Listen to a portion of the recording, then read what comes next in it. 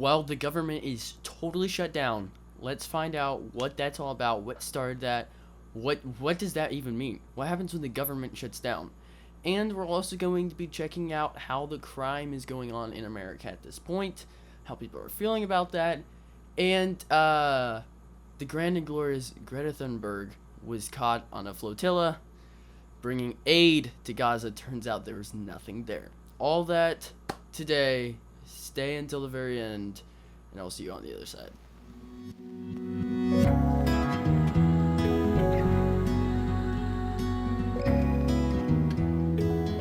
So, we are on the third day of the government shutdown. And basically, what happened is the liberals, Donald Trump is putting into order some things. For example, like as far as Medicare and Medicaid goes with illegal aliens, things like that. J.D. Vance was talking about the fact that, if you get in line, for example, at a hospital, you as an American citizen could be behind an illegal immigrant, and they could be getting health care, and they could be getting health benefits while you are not. And he said that is wrong. It's Americans first. And so all these things, these are totally upsetting the liberals, right, who are all for illegal aliens. So they're setting up their conditions. We're like, we will not reopen until we get what we want. And lots of that has to do with we want healthcare benefits for illegal aliens. No, we don't. They do not belong here. If they want to come in legally, then go ahead, do that, get all the health benefits you want because you are now American. But until you do that, you are an illegal and you have no right to be here. You have no right to get our benefits, and you certainly have no right to be in front of an American citizen, or imagine like a veteran that's behind in line, and there's an illegal immigrant who deserves nothing, and they're there in front of them. So that's Trump's stance, a stance I agree with in that particular regard. I do agree with that stance, that Americans should come first. Well, the liberals are totally against that, so they're shutting down the government. They're freaking out. The economy could.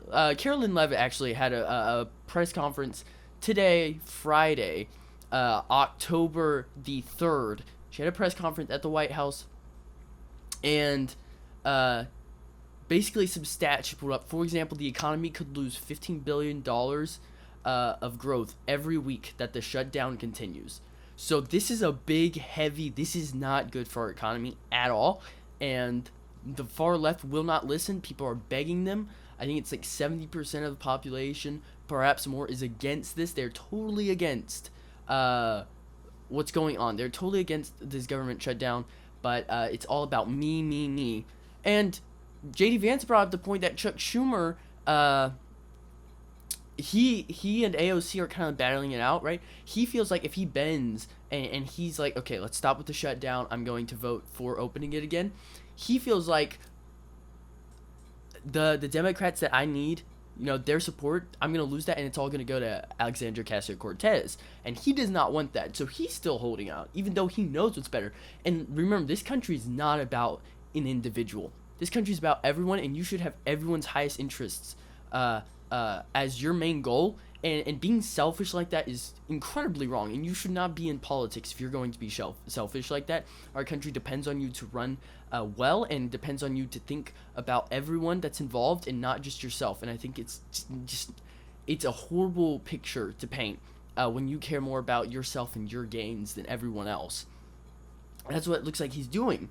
And I mean, beyond this if this goes a month long, let's say this government shutdown goes a month long, God forbid that happen, but say it does, we could lose like 43,000. There could be like 43,000 people getting unemployed that are employed right now. And maybe that's not totally wrong. Trump was talking about during this time he can use this to maybe fire some people that are not doing their job, people trying to cut the waste, fraud, and abuse. And here's the thing, that's all good, but if we're losing people that actually do need to be there, then that's the part where we need to have a little bit more precaution. And that's the part where it's scary, right? Because there's also people that are depending on the government. I work this job in the government needs me. If I lose my job, the government loses me, and I lose my pay. These are people that have lives, they have families, they have people they have to care for, and this government shutdown is just keeping them from earning what they deserve. So stop being selfish and start opening up the government to every representative, senator, everyone out there. I'm anyone in the government right now. do your best to show that you are in support of it opening, because we have to open the government. It cannot stay closed like this. This is horrible for the country, horrible for the economy. I mean, you can already tell this. It's horrible for the economy. We have to get the economy up and running. This hurts not just the people working like in the government, but also businesses.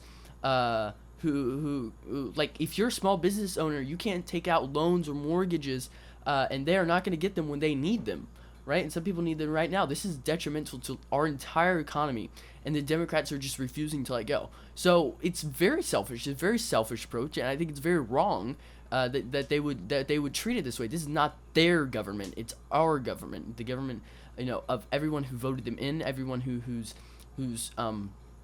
put them in this position. It is their government. You are elected as a politician. I don't care if senator, representative, even the president. You are elected because the people want you. And when you're doing things that people don't want, well, you're literally going against the whole reason that you were elected in the first place. So enough with the selfishness. Start actually paying attention to how people feel. Because if you're in this situation like this, where it could daily cost about $400 million just while the shutdown is going on, you're totally thinking of yourself, not what everyone else is going through. Voting on reopening the government just took place, and it came out 54 in favor and 44 against. There are 3 Democrats that voted against, or that voted for reopening. So 3 Democrats that are for currently. One of them is actually Fetterman, representative of Pennsylvania. So he's for it. That's great to see. We want to see that. We want to see more, though. Just, this threatens to drag the shutdown even longer with this failed vote to open it. And it's just really infuriating to me, and it's infuriating to many Americans. Many Americans can relate to this right now. It's just not cool at all, and it's a really bad picture to paint for the U.S. government. So I'm hoping that Democrats will start bending, they'll start slowly folding and being like, okay, I see how this is hurting us, because it's not hard to see how it's hurting us. So please get back to the position you need to be in. Open up the government. You do not need to hold on for things as useless too as you're holding on. Like, it's really stuff that no one cares about except you. So please, just please. However, there are good things in the wake of all of this that are going on in America right now. Other than the fact that the great MLB postseason is going on, I am very much staying in tune to all that. I love baseball, so I'm watching that very much. This is not a sports talk show, but I will say that it was a dicey wild card there for multiple people. The Padres are out, right? The Red Sox are out. This is all very, very interesting stuff. And really, like, in the wake, you can always find something positive in the negativity. And even though our government is shut down, somehow we still have baseball going on, and baseball's like so much fun. So there's always something good. That's what's great about America, is there's always gonna be something good. But I do hope we can get the negative stuff out, and really fast too, because this is actually a super important negative thing. Meanwhile, though, crime is being cracked down on. Trump, as he promised, is cracking down on crime. He continues to work on deporting, vicious and horrible gang members, illegal aliens. He's working on this, and I think it's awesome. I mean, this is the president you want, really, to make your country safe. We already saw what he did with Washington, D.C. It was insane. Like the way he just cleaned up Washington, D.C. was mind-blowing.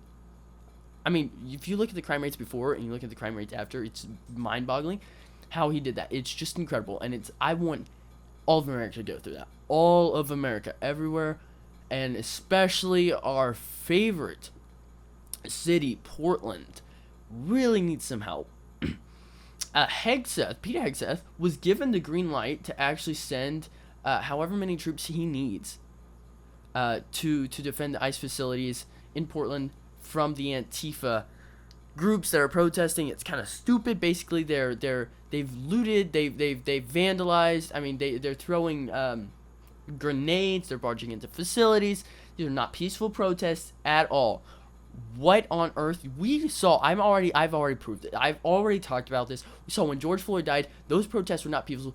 They were going in. They were talking about racism. They were talking about how horrible racism is. And then they would go and break a building that it's a small business owned by a black person. Are you kidding me? Are you kidding me? Like, that's actually how your logic works, because I think that's pretty stupid. You don't go break what you're defending. It's so dumb. And it proves that they weren't defending it. I mean, really, they couldn't care less. And it's the same thing here, guys. Like, genuinely, all you have to do is grab a sign, get a bunch of people, walk down the street, maybe even chant a few things. I don't really care. Say what you believe.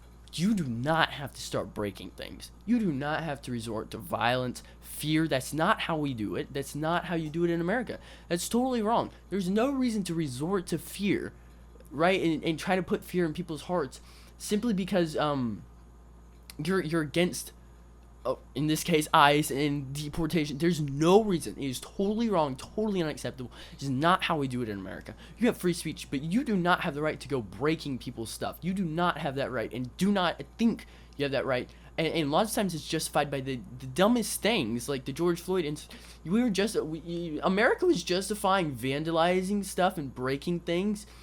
What was his justification? Was that a cop accidentally killed a black dude who may or may not have actually died anyways. Like, if that had never happened, he would have died because he was so high. And yet we've got to take this, got to stand up against racism.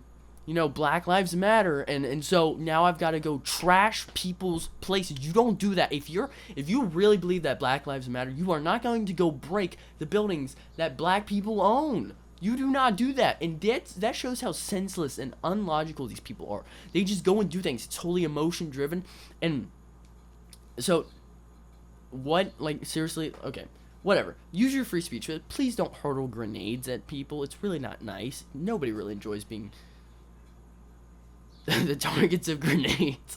Nobody's really big fans of that, so please do not do that. On a different note, though, a shipment that was carrying narcotics was blown up off the coast of Venezuela. It was a very big boom. It was a nice boom. We all love that boom. Donald Trump is doing it again. I mean, this is very interesting. We didn't see this really in the first term. Now we're seeing it in the second term. It's kind of like the new Trump. It was headed towards the U.S. with, according to a post by Donald Trump on True Social, a boat loaded with enough drugs to kill 25 to 50,000 people. And it was stopped early this morning off the coast of Venezuela from entering American territory. Now, one of the big things, one of the big fronts I bet on, is one of the big reasons we do not let illegal aliens in. Not just because they don't belong here, right? They haven't gotten their visa. They are totally illegal. They have not gone through due process, anything. One of my big reasons is because many of the illegal aliens were actually bringing in drugs, things that harm. We saw fentanyl spikes, fentanyl death spikes, fentanyl kills. I mean, this is horrible stuff, and that's one of my big reasons why we don't let illegal aliens in. We got to vet their past. We got to find out what's going on, because if we don't, then we're just letting in who knows who. And we cannot be living in a country, we cannot become the UK.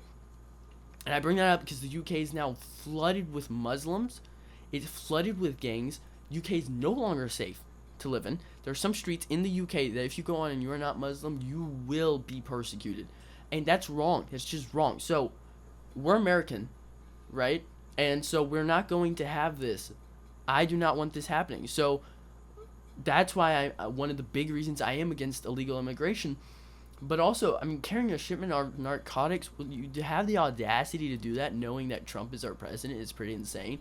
And we just nuked him. We just nuked this boat. Apparently 4 people were killed. Very unfortunate. Very unfortunate that people are putting their lives in risk to bring drugs to America. I think that's very unfortunate. But yeah, this is the new Trump. You're threatening our people, well, you're going to get threatened. And that's his big goal. And that kind of brings me into the whole idea of Pete Hegseth with his speech to the military. It was pretty awesome. I watched the whole thing, and I loved it. I loved what he talked about. I love his stance. I love what he's doing with our military. It's the whole idea of peace through strength. And let me make a big note here, because this is very important for all of you to understand. Any teens out there that are like, man, I want to join the army, I want to join the military, I want to get in this, but maybe I don't like the restrictions, maybe this and that. Listen, if you want to be proud of who you are, if you want to be proud of your military, well, if you have a bunch of obese dudes walking around, that part of the military, if you have a bunch of gay guys or you have a bunch of trans people walking around in your military, the world does not fear you. The world doesn't fear. Literally, you can go into battle, right? And you're a trans person and you're in battle. If you hear the enemy yell out, "I'm straight," I mean, they're already dead. They're already dead. They will have a heart attack. They literally cannot take that. So no, this is not how we cannot allow this in our army. He made a very good move. That's how you treat the military, dude. You set up standards. You say, I want you physically fit like this. I want you at this weight. They set at the male average standard. They put all those qualifications. We have everyone measuring up to this. Why? You want fit soldiers, good eyesight. You do not want them obese. Like, seriously. And he talked about fat men in dress. That just killed me. That was so good. That was so good. Because generally, that's what it is. He said he was tired of seeing fat officers, walking around the Pentagon. Because I totally agree. If you are in the army, you should show it. You should show that you're in the army, and you should show that I respect all of our veterans. I love them very much. I have many family members who've been in the military. I have many friends that have been in the military. I love our military. I loved our armed forces. But it really looks bad when you are not in shape and you are in the military. Like, oh, you're not that scary anymore. I mean, I could probably take you on. How many cakes you eat today? So, just very good from Hexeth. He's talking about we're going to be the fastest, greatest military. I'm totally excited for this. And why? Let me show you the big concept, peace through strength. You build up your army so that when it's all big and it's terrifying and scary, nobody wants to attack you. And there's two good points for America. As an American, this is two good reasons why you should like peace through strength. Why you should like what Trump and Hexeth are doing with the military. First reason, it avoids war. It will avoid war when people see that our army is actually something to be reckoned with and not something you just want to fight. You will avoid war. Putin is scared. Putin does not act the way he did during the Biden administration. Gaza is not acting the way it did prior to the Trump administration. Many people are cooperating now because they see what we're doing with our military. Trump is a feared leader, and he is not afraid to use the army. But he does not go looking for battles, and he does not go attacking people. He's simply building up to have peace. I'm very much in favor of that. Not just that. Also, you have to remember that the second good point, why you should like this, is the fact that if someone were to attack America, this whole time we're building up our military, the moment they attack us, we're ready. I mean, we basically just end the conflict right then and there. Now, usually it doesn't go as positively as that, but we have a much greater chance of ending it sooner, saving more lives, if we have a much bigger, much more advanced military, and that's why we're doing it. That's why you should be happy with this. You should be quite happy with the fact that he is attempting to make our army great again, and that makes me so proud, knowing we have a country that has an armed forces that's willing to defend us and will give up everything. I just have so much respect for that. I have so much respect for the idea that we're trying to get everyone in shape. We're trying to get everyone fit, trying to get everyone looking respectable. No more trans people. Like, literally, the whole concept is that we're trying to keep it neutral. We are not hiring. We are not hiring people because of woke ideology. We're not moving you up in ranks because of woke ideology. We're not giving you a better position because of woke ideology. You get there by merit. That is the American ideal. You do it by merit.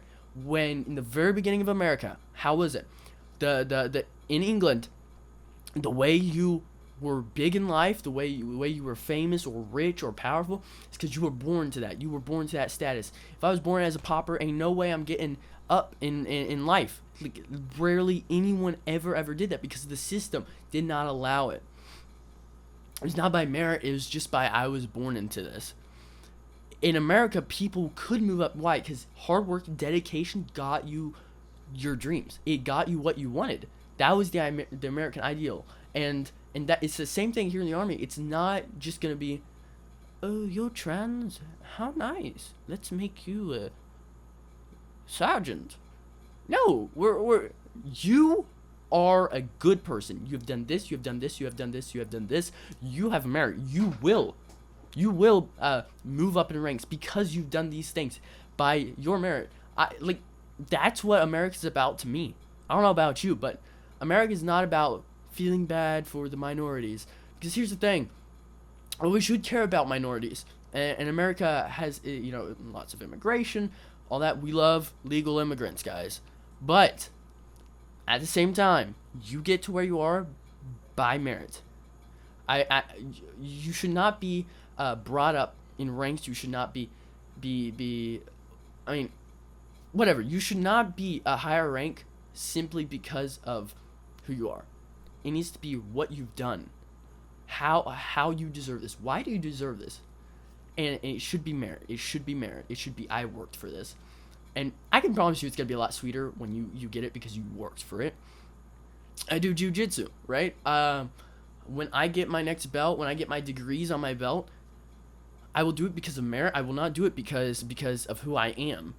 I will do it because I worked for it. And that's the whole goal. That's what makes it so sweet, so nice. I earned this.